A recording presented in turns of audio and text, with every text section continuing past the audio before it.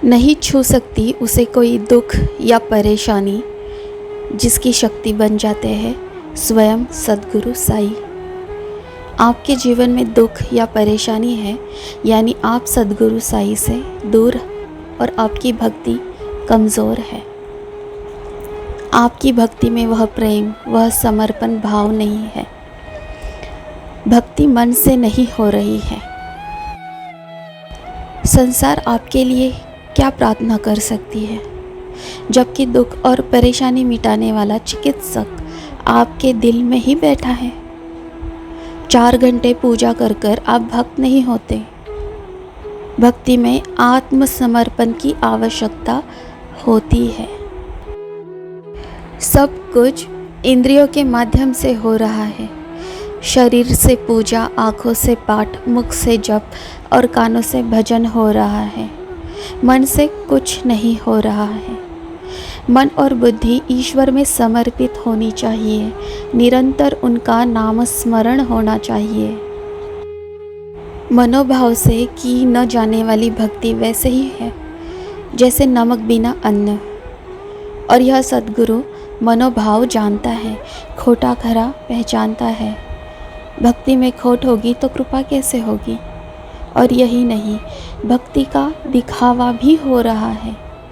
भगवान का दिखावा, पूजा और पाठ करने का दिखावा, भगवान के बड़े भक्त होने का दिखावा, दान पुण्य का दिखावा, बस दिखावा ही हो रहा है। दिखावा करने से कुछ प्राप्ति नहीं होगी, केवल भगवान की नाराज़गी होगी।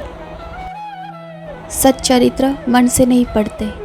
प्रार्थना करने के लिए तुम्हें मध्यस्थों की आवश्यकता पड़ रही है। झूठी की हुई प्रार्थनाएं मुझ तक पहुंचा रहे हो। इतनी भक्ति कमज़ोर है तुम्हारी, और भगवान से तुम्हें हीरे और मोती चाहिए। अगर मनोकामना पूर्ण करवानी है तो भक्ति सच्ची और कीमती दो। सच्चा, साफ, शुद्ध और कीमती मन दो। 11 वचन मन से पढ़ना नहीं है, समझना नहीं है। सच्चरित्र मन से पढ़ना नहीं है, समझना नहीं है, और उसके अनुसार अनुसरण करना नहीं है। और झोलियाँ मुफ्त में फैलानी है, और वह भी मध्यस्थों के ज़रिए। जिन्होंने सच्चरित्र 11 वचनों को भक्ति भाव से, सच्चे मन से, प्रेम से पढ़ा है, समझा है, उन्हें मध्यस्थों की आवश्यकता नहीं होती। मैं सदा उनके आसपास रहकर उनका मार्गदर्शन करता हूँ।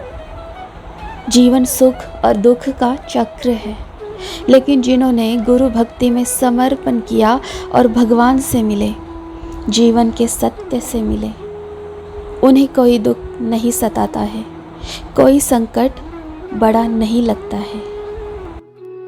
इसीलिए अगर भक्ति में छेद है, फिर कुछ न हो पाएगा।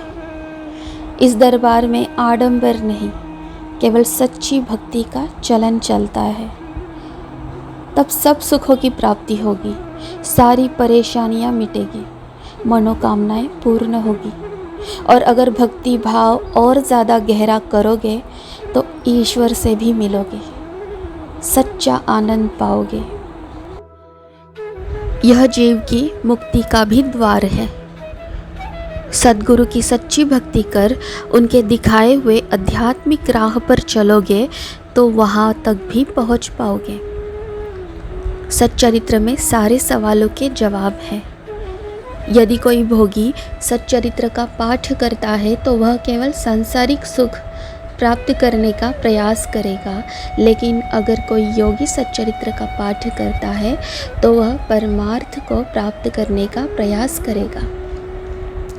जब सद्गुरु प्राप्ति होती है तब सर्वोच्च प्राप्ति होती है, यानी ईश्वर की प्राप्ति होती है। तब जीवात्मा में वैराग्य आ जाता है। सांसारिक भोग पदार्थ प्राप्त करने की इच्छाएं समाप्त हो जाती है।